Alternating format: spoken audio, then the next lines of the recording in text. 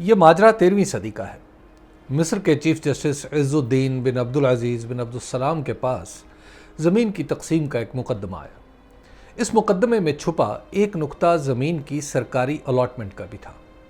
عدالت نے اس نقطے کی وضاحت چاہی تو پتہ چلا کہ محکمہ مال کے سربراہ نے اس زمین کی الاٹمنٹ کی تھی۔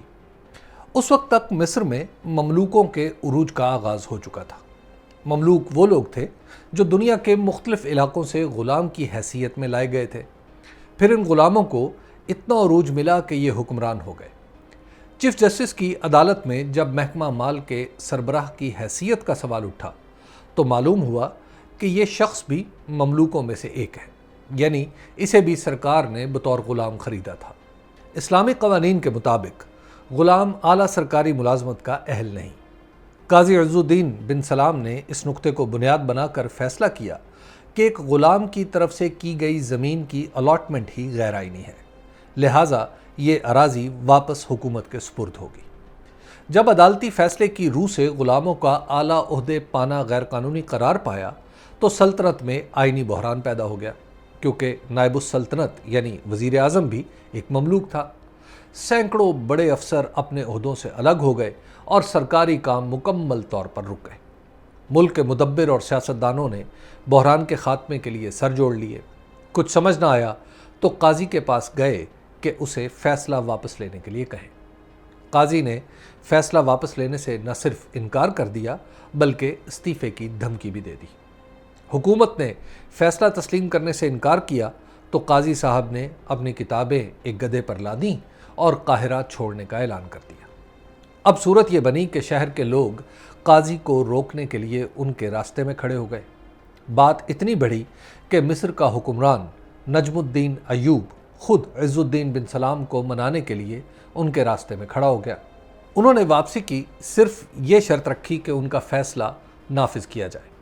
حکومت تیار ہو گئی اور فیصلے کے نفاذ کا اختیار قاضی کو دے دیا۔ انہوں نے فیصلے کی زد میں آنے والے تمام افسروں بشمول وزیر اعظم کو اپنی تحویل میں لیا اور بطور غلام ان کی نیلامی کا وقت مقرر کر دیا۔ پھر یہ منظر بھی آسمان نے دیکھا کہ یہ سارے امراء یکے بعد دیگرے نیلامی کے چبوترے پر آتے، لوگ ان کی بولی لگاتے۔ سب سے بڑی بولی سے بڑھ کر مصر کا بادشاہ اپنی پیشکش دیتا اور غلام کی ملکیت اسے منتقل ہو جاتی۔ یوں سارے غلام بادشاہ نے خرید کر آزاد کیے اور مملکت کا نظام چلنے لگا۔ عز الدین بن سلام واپس اپنی عدالت کو لوٹ گئے۔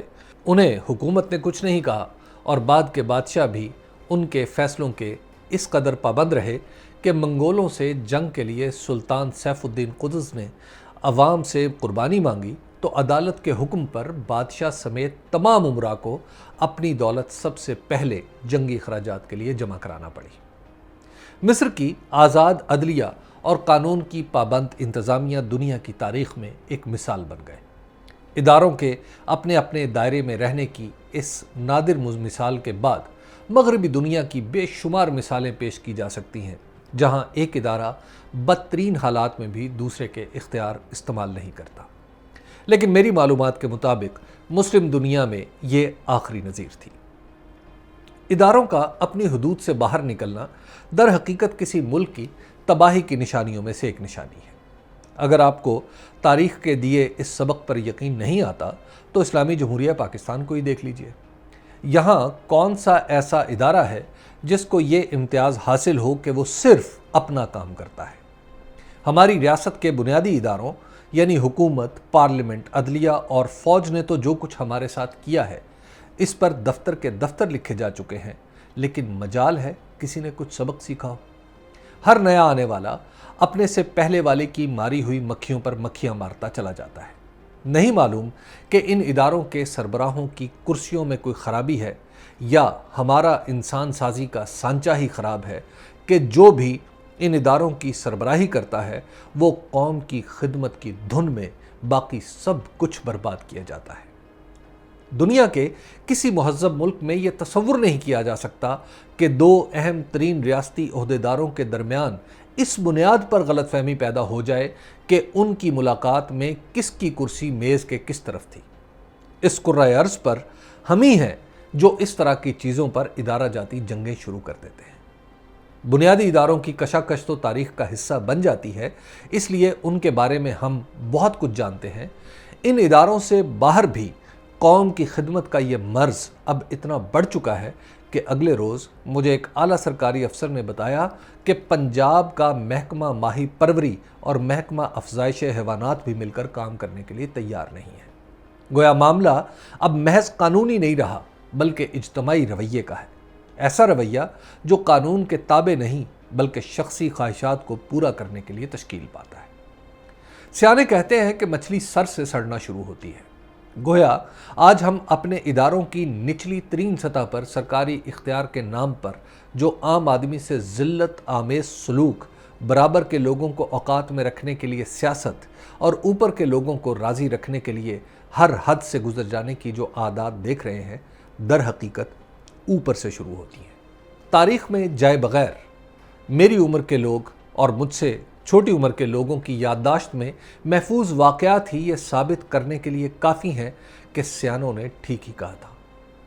عدلیہ میں سابق چیف جسٹس افتخار چودھری کا رویہ ہی ملاحظہ فرما لیجئے۔ انہوں نے ضد میں آ کر پاکستان سٹیل ملز اور ریکوڈک کاپر فیلڈ کے مقدموں میں جو فیصلے دیے، ان کا تاوان پاکستان آج تک دے رہا ہے۔ سابق چیف جسٹس ثاقب نثار کو دیکھ لیں کہ انہوں نے Pakistan kidney and liver institute جیسے ادارے کو اپنے انصاف کی بھینٹ چڑھا دیا۔ ہر باعزت شخص کو عدالت میں بلا کر بے توقیر کرنے کی کوشش کی۔ خود کو سب کچھ سمجھنے کے اس رویے نے جب وکلاء کے دلوں میں جگہ پائی تو انجام یہ ہے کہ نچلی سطح پر عدالت، وکالت، انصاف اور قانون بے معنی اصطلاحیں بن کر رہ گئے ہیں۔ یادش بخیر وزیر اعظم کے مشیر برائے صنعت و تجارت عبدالرزاق داؤد جب جنرل پرویز مشرف کی کابینہ میں انہی محکموں کے پورے وزیر تھے تو کراچی میں ہونے والے ایک سیمینار میں انہوں نے ایک عجیب و غریب واقعہ سنایا۔ ان کے مطابق محکمہ شہری دفاع کے ایک اہلکار نے مطالبات پورے نہ ہونے پر رحیم یار خان میں ایک ملٹی نیشنل کمپنی کی فیکٹری کا اس بنیاد پر چالان کر دیا کہ اس میں آگ بجھانے کے لیے ریت کی بالٹیاں موجود نہیں۔ اہلکار کی بیان کردہ صورتحال کے برعکس اس فیکٹری میں آگ بجھانے کا جدید ترین کمپیوٹرائزڈ بندوبست موجود تھا، لیکن سرکاری فائلیں اسی طرح چلیں جیسے انہیں اس راشی اہلکار نے چلانا چاہا اور کمپنی کو چالان بھرنا پڑا۔ جب وزیر باتدبیر یہ واقعہ سنا رہے تھے تو میں جونیئر صحافیوں کی صف میں بیٹھا سوچ رہا تھا کہ جنرل پرویز مشرف بھی تو اسی رویے کی وجہ سے اقتدار میں آئے تھے۔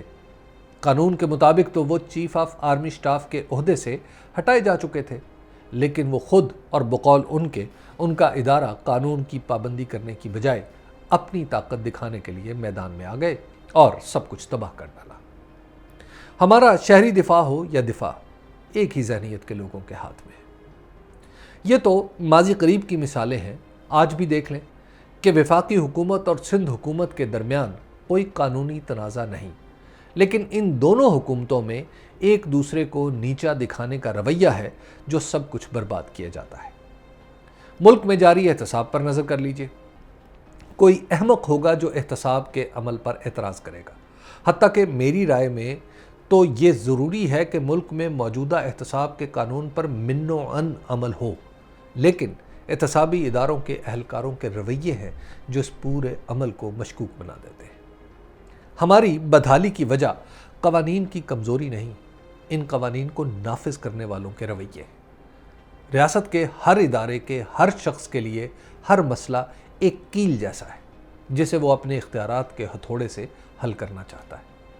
تضادات قانون میں نہیں، افراد میں ہے۔ مسئلہ ضابطے نہیں، رویے ہیں۔